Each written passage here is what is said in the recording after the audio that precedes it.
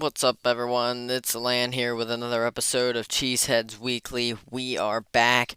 This is going to be an amazing show. The Packers, in their home opener, they preserved their 11 home opener.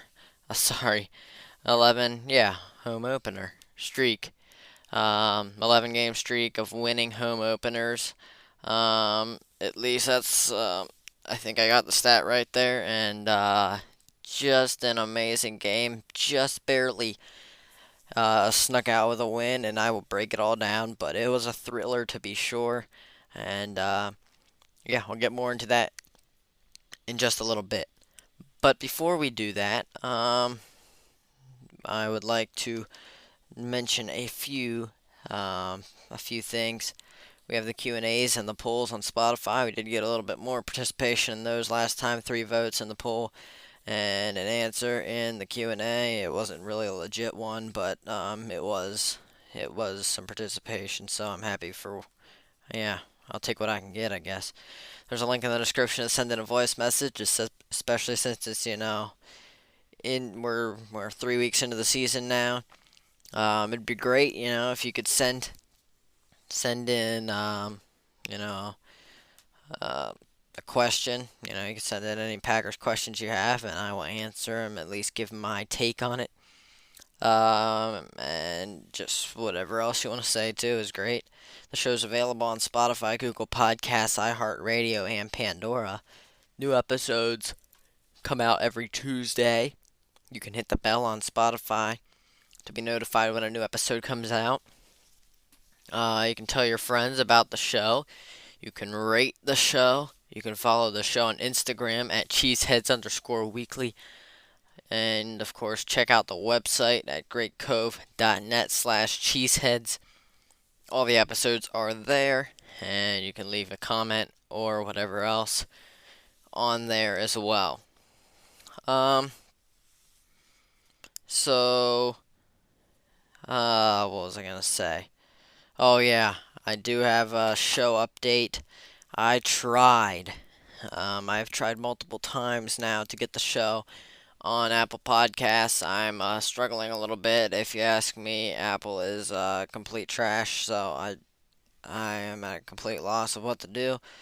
It, for some reason, thinks you have to put in your payment info, so I'm, trying to sign up for these accounts, clicking on all the links that it sends me to. It's like, okay, so, you go to sign in, you go to the portal to sign in. Oh, you got to create an account. And so I create an account. Oh, your account's not activated. Okay, so I go and,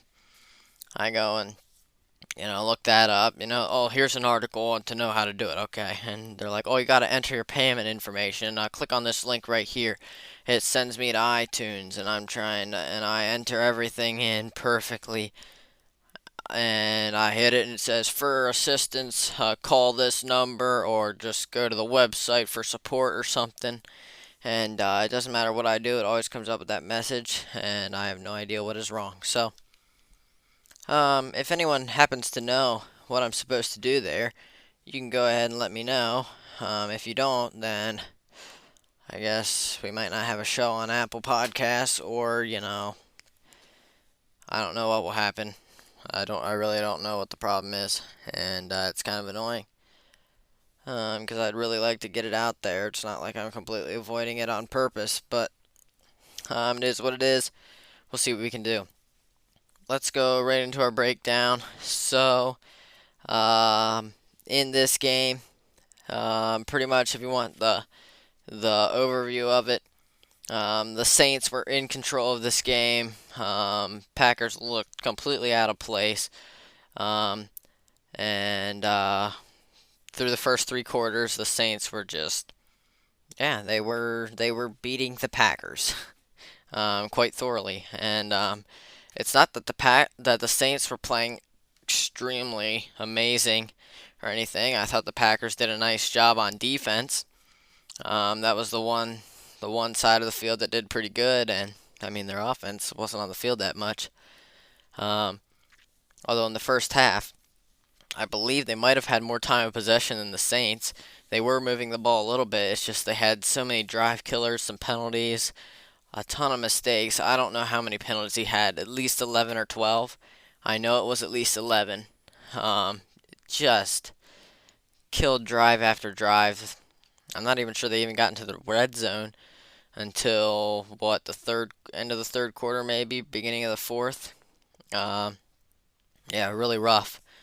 So um, definitely did not look great in the first three quarters, and then in the fourth quarter, Matt LaFleur's like, you know what, this game is pretty much out of reach. So let's just, completely try something different and see what we can do. And it worked, man. And what they did, they basically just let Jordan Love go out there and cook. That's what they did, man. And they just, they went no huddle almost every play. They're like, well, we're gonna have to score points quick now. Packers get the ball for the first time in the fourth quarter. They're going no huddle, and they are just chunk plays all the way down the field. They get down into the red zone or very close. It's fourth and short. Could have had a first down, but another miscommunication. There were so many miscommunications in this game. Don't know whose fault they were. So many. I don't understand what the problem was. I mean, we didn't have this much issues with miscommunications. Sure, lots of young players, lots of new players, but I mean, they look like they were meshing okay. They were progressing through that and then completely falling apart with the penalties, miscommunications. That was a huge, huge issue in this game. Another one of those, and Jordan Love tried to swing it out to Patrick Taylor. He would have had the first down. Taylor kind of just stopped. The announcers made it sound like it was on Taylor. I don't know exactly who it was on. It's possible. It sounded like Taylor kind of ran the wrong route, didn't keep running like he was supposed to. It's also possible Jordan Love overthrew it. I really don't know what the play call was supposed to be exactly, but I do know they did not make the first down. That was a bummer, but they still didn't keep fighting. I thought after that, it was pretty much over because they go down the field, they have some momentum, they go on fourth down, keep that momentum, go for the touchdown instead of the field goal, and that happens, and Jordan Love was visibly frustrated after that one. Um, and I think the whole team, the whole offense was very frustrated with that game.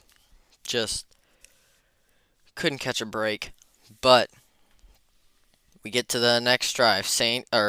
Packers defense once again stops the Saints doing their thing. At this point, Derek Carr was injured. He got injured in this game.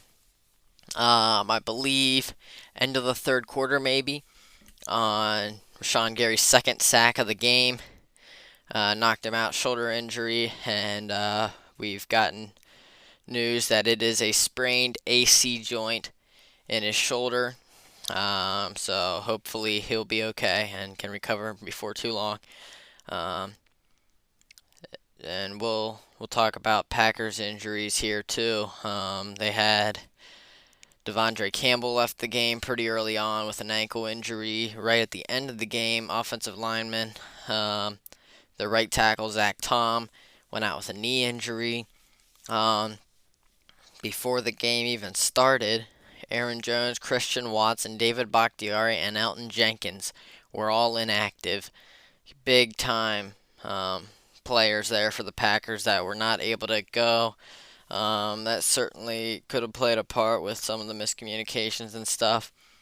And then, of course, Watson has not been here at all so far in the regular season, but seems like there was maybe more injuries. I'll look that up here. But yeah, the injuries could have played a part. I don't really know what it was in those first three quarters. Oh yes, Jair Alexander was also inactive with a back injury. That popped up. He popped up on the injury report there late last week, and was not able to go either. And also Carrington Valentine was injured during the game, a biceps injury. He got the start for Alexander.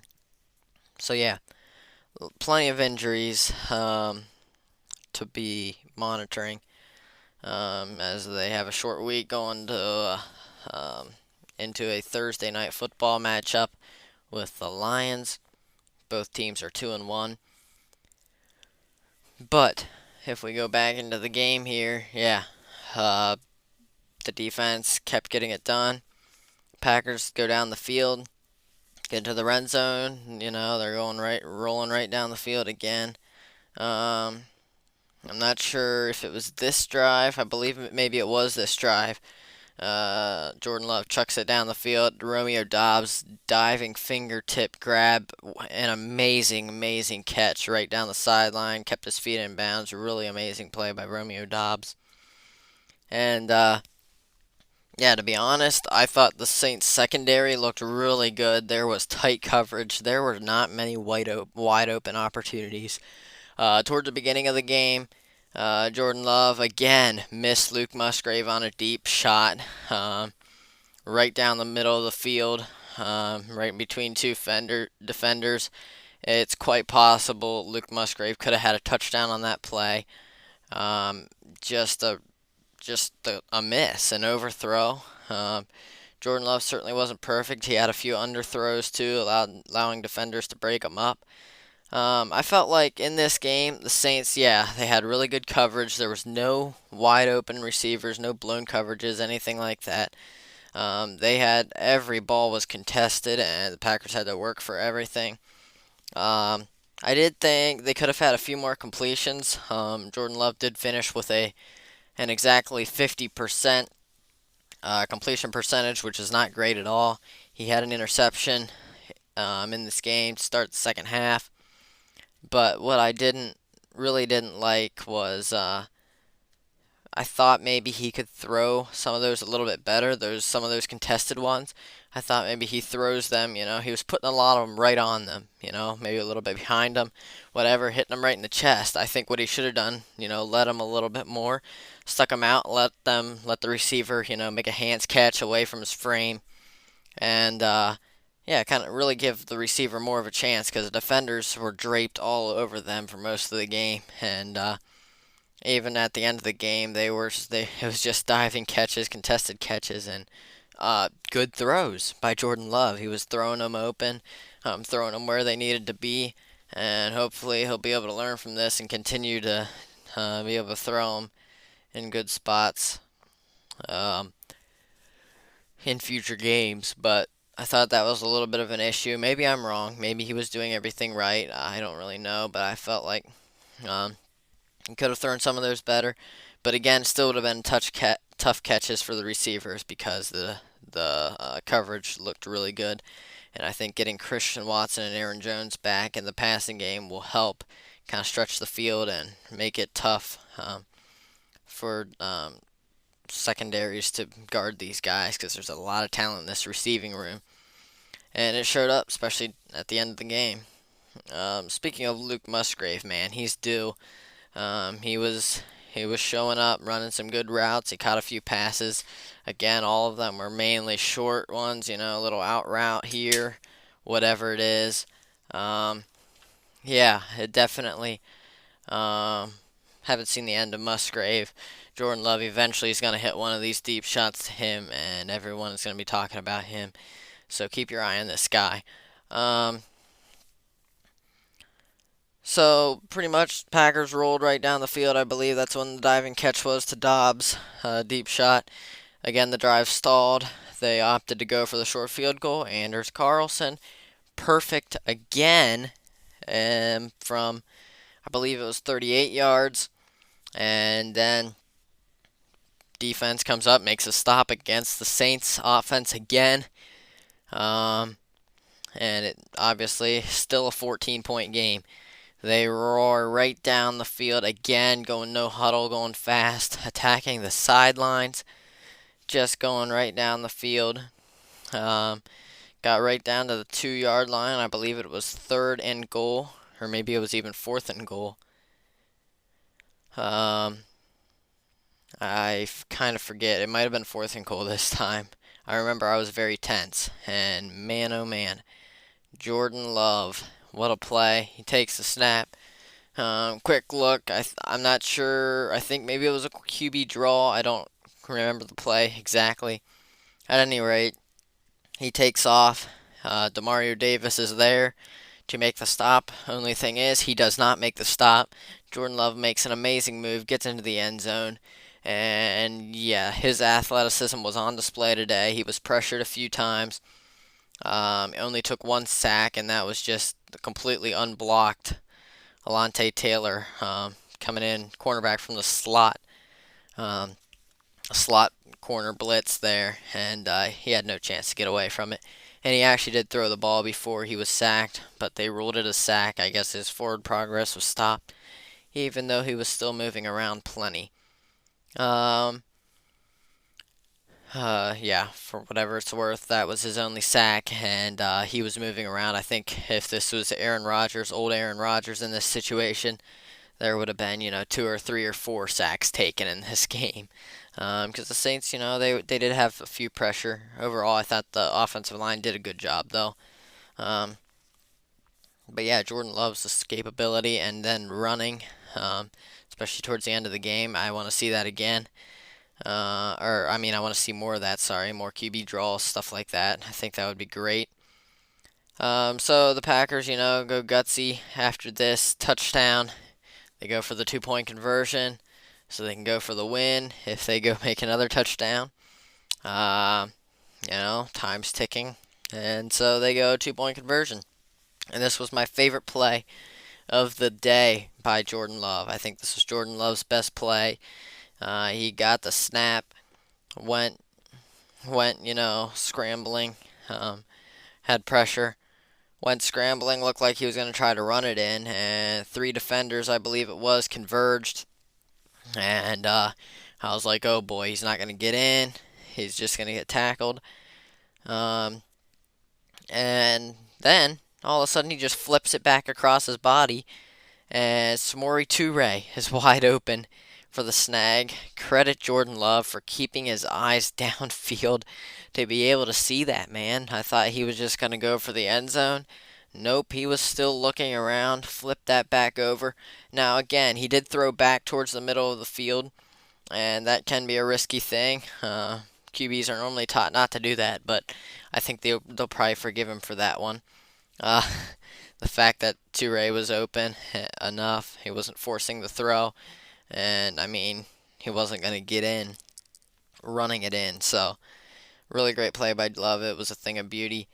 And so then the Saints get the ball, and Packers defense, does their thing, stops them again. Packers get the ball, and some of these drives they were pinned pretty far back, and they just rolled right down the field. Jaden Reed had an amazing diving grab. Jordan Love had a 24-yard run down the sideline. Man, all kinds of amazing plays. Definitely got to check out the highlights. They get down towards, approaching, 1.5 minutes, and they're still going no huddle, going fast, like they're in the 2-minute offense, and they definitely could have slowed it down, but I'm okay with it. The thing is, the Saints had plenty of time for another drive then, but at any rate, I'm getting ahead of myself. They did score, as you might imagine. He threw, it was 3rd and goal, threw two contested catches for the end zone. Didn't happen. 3rd time was a charm. On 3rd and goal, he hits Dobbs' back shoulder. Perfect throw, amazing catch, stayed in bounds, everything. And the game-winning touchdown by Romeo Dobbs was a fantastic play. It was a touchdown. And they got Anders Carlson, nailed the extra point, but then the Saints got it. They went flying down the field. A nice long pass to Olave, set them up for a 45-yard field goal, something like that. And rookie kicker Blake Grupe drops out, and I'm like, oh no, not again. They come back just to lose it. Nope, they didn't, because Grupe just completely pushed the ball wide right, and man, Lambeau Field absolutely erupted. An amazing game. The fans were booing them off the field at halftime, and boy, did they ever get back into it. I bet there were some fans that left early because the game looked like it was over. And man, it was a thriller. Obviously, not a perfect game, but hopefully they can clean some things up, learn some things from this, and the important thing, it's another game of experience under Love's belt, and that will just continue to help him grow. And he obviously showed a lot of his natural talent and ability in this one. So I will quickly run down my players of the game. That was kind of a long spiel, but so much to talk about, and pretty much all the talking was in the fourth quarter. Let's go offense first. Number one is Romeo Dobbs. He made 2 contested catches, which included the game winner. Um, yeah, really great game for Romeo Dobbs. He finished with 5 catches for 73 yards and a touchdown on 12 targets. He was targeted a lot in this game. But again, a lot of them were contested opportunities and ones that the coverage was really good on a lot of these plays. Then, I don't know. Jaden Reed was also targeted a lot. I thought there was one amazing touchdown grab he probably should have had. He held on to it as he hit the ground. Alontae Taylor, who had a terrific game for the Saints, was in coverage. He was, had his arm in there, was contesting it. Reed held on until they hit the ground, and Alontae Taylor's knee jarred the ball loose as they were hitting the ground. His knee kind of went over, hit the ball out of his hands, and man, that really was not great. You know what? I think I'm gonna put in Luke Musgrave. He had 6 receptions for 49 yards. Could have had that long touchdown. Had 8 targets. He was doing quite well, at least in the passing game. Really liked his game, what he did. Number 3, I think I'm going to put in Rasheed Walker. This guy's going to have to be out here a good bit probably because Bakhtiari is going to miss some games. And he's their swing tackle now, and he has been really good. Him and Zach Tom actually have been. But Walker, specifically to talk about him, had only 1 hurry allowed, and just a really good game protecting that blind side of Jordan Love and filling in for Bakhtiari. And it's great to have 2 terrific left tackles here for this team. Let's go to the defense. Number 1, I think I'm going to have to put Rudy Ford in here. Now, don't worry, Rashawn Gary will get in this list. We'll talk about him a little bit. But Rudy Ford was fantastic, had the highest PFF grade. And I saw him out there flying around, made 7 tackles, didn't miss one, had 2 stops, gave up only 1 catch on 4 targets in his coverage, broke up 2 passes, almost had an interception. Really terrific game from Ford. I saw him numerous times flying around, making stops, breaking up passes. Good game from the safety, and we need a good safety. And he had a few games like this last year as well. And so that's terrific. Hopefully he can keep that up. Number 2 is Rashawn Gary. He finished with 3 sacks, which is a career high for him. Terrific game for Rashawn Gary, and he's still limited. He's still not at complete full strength, recovering from that knee injury. This guy is going to be amazing. He is a stud. Hopefully they can get a contract extension done with him. Keep him around for a while because this guy is terrific. Number 4, I think I'm going to put Rasul Douglas in here again. He was, again, really good. He did allow Jimmy Graham's touchdown catch early on in the game, but he had a stop, a pass breakup, only gave up 29 yards passing. He's been really locked tight, and especially if Jair Alexander's missing coverage, they need a guy who can just lock down guys in coverage, and Rasul Douglas has looked really good through the first 3 games. Alright, so enough about that breakdown. Packers obviously play the Lions. I forget if that is I think maybe it's at home, but I'm not sure exactly. I should probably check that out here real quick. On Thursday Night Football on Prime Video, I expect to watch it, at least some of it, um, because Prime Video, that's something I can watch. Um, so yes, they play the Lions at home. Should be a fun one. Another Lambeau Field game. Hopefully, we can get some of these injured players back. But again, a short week. So who knows what will happen. Tell you what, I gotta mention the Dolphins game real quick. These guys are for real. Their offense has been clicking.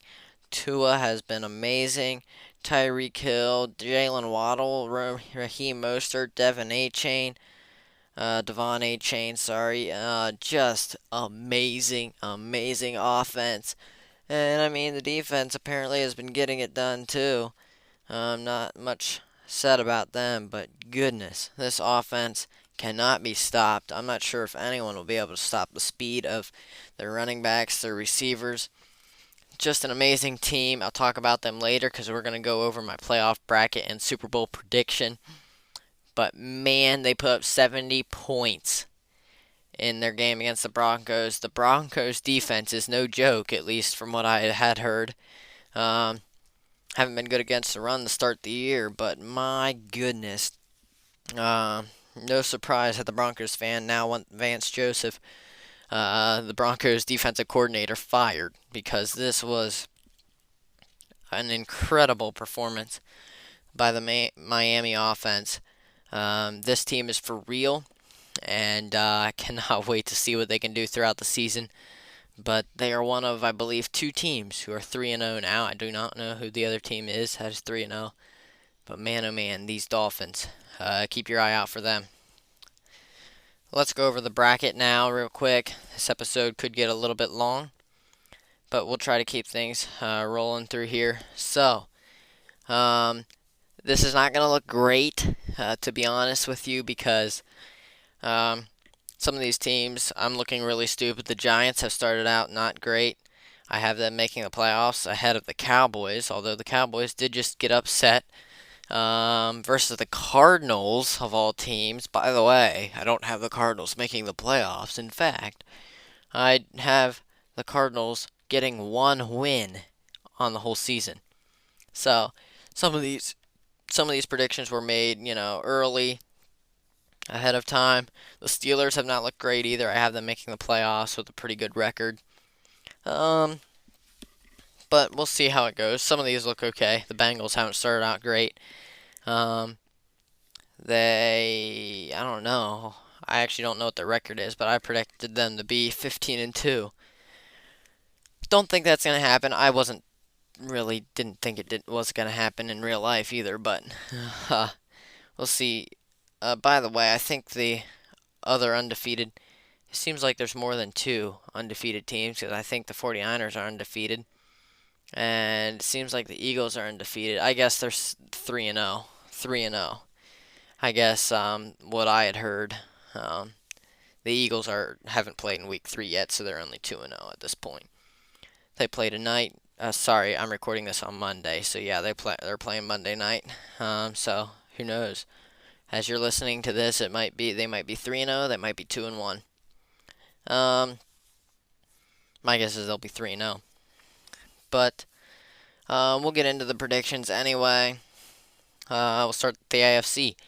The number 1 seed goes to the Bengals. I have them at a 15-2 record. I obviously don't think that's going to happen, but I had to go off my predictions that I made. I'm not totally sure they're going to be the 1 seed either, but I have them at that position. Number 2 seed is the Kansas City Chiefs at 14-3. Chiefs are looking good again, like normal. And the number 3 seed goes to Jacksonville, the winner of the NFC South, with a 13-4 record. Number 4 goes to the Miami Dolphins, the winners of the AFC East. I thought it was a hot take. It does not look like a hot take anymore. Obviously, it's only 3 weeks. Injuries could hit, anything could happen, but Dolphins looking incredible right now. I have them going 12-5.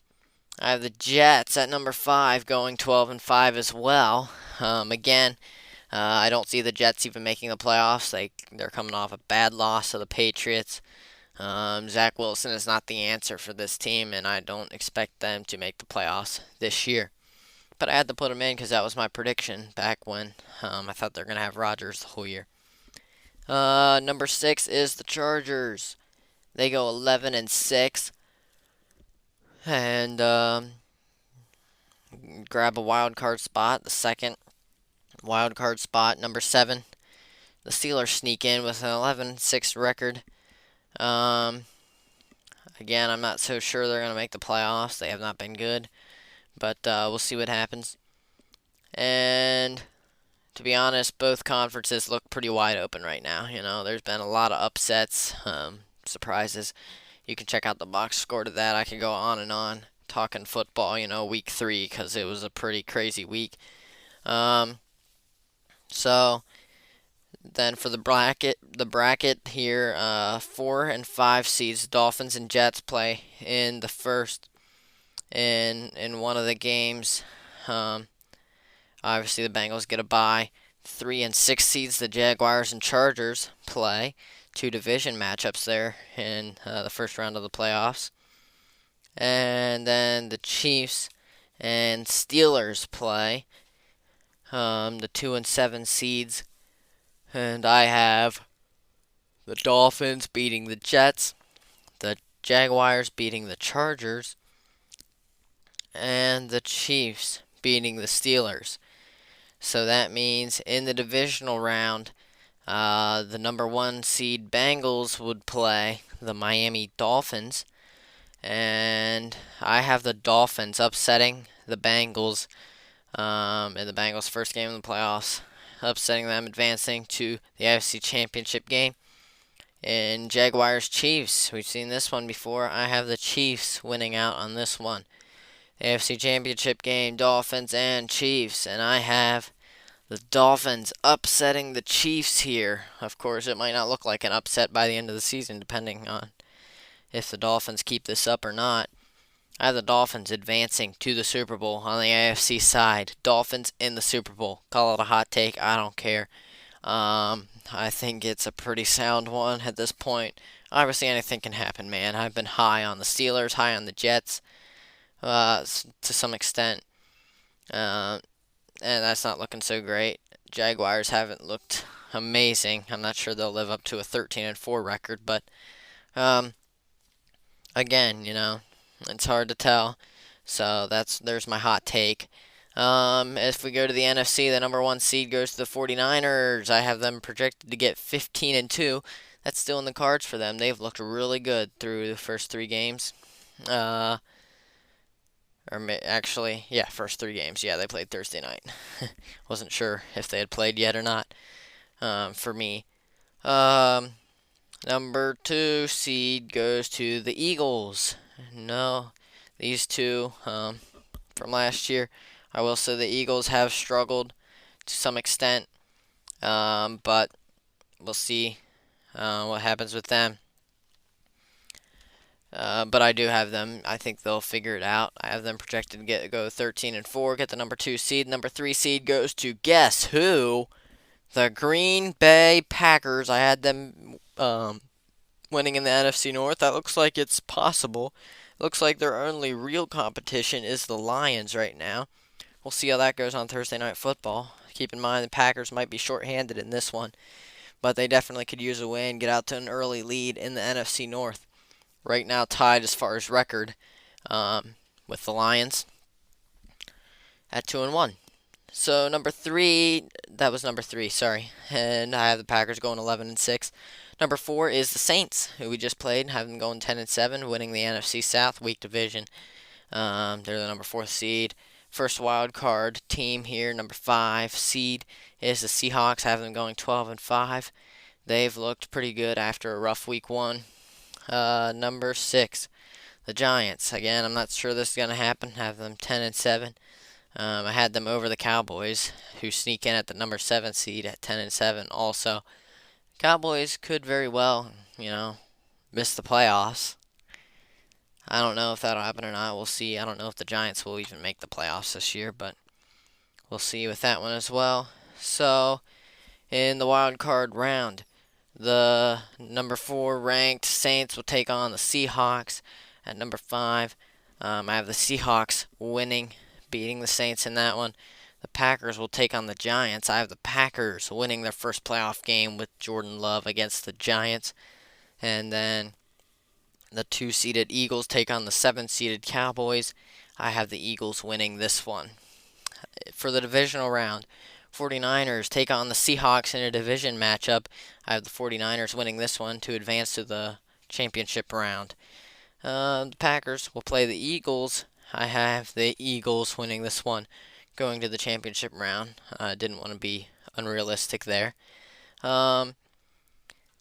A rematch there in the NFC Championship I have projected between the 49ers and Eagles. I have the 49ers winning out this time to advance to the Super Bowl to play the Miami Dolphins. And so, Dolphins, 49ers in the Super Bowl. You want to, I will say who wins the Super Bowl.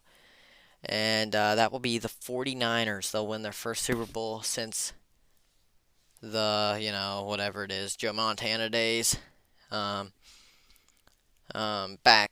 when, and they did get in the Super Bowl recently, twice, once with Colin Kaepernick versus the Ravens, and another time with Jimmy G against the Chiefs. Lost both those times. I think this is the year they're going to get it done, and dude, if the Dolphins 49ers play in the Super Bowl, it's going to be a fun one. Mike McDaniel coming back to play against Kyle Shanahan. All kinds of fun stuff in this one. And it'll be a big-time chess match between Mike McDaniel and Kyle Shanahan. That would be so much fun to watch. I honestly kind of hope this is what happens in the Super Bowl. Or I hope these two teams match up in the Super Bowl. Yeah. That I have the 49ers winning the Super Bowl over the Dolphins. Mark that down, and we'll check back at the end of the year, see if I'm anywhere close, if I even get one of the teams right. We'll see what happens, but that is all for today's show. Check out Packers highlights, do some research on Week 3 in general. Yeah, just so much football stuff out there. If you are looking for more football, check out the Instagram account at Cheeseheadz_weekly. Check out the website, rate the show, tell your friends about the show. New episodes every Tuesday, and I will talk to you later. Go Pack Go!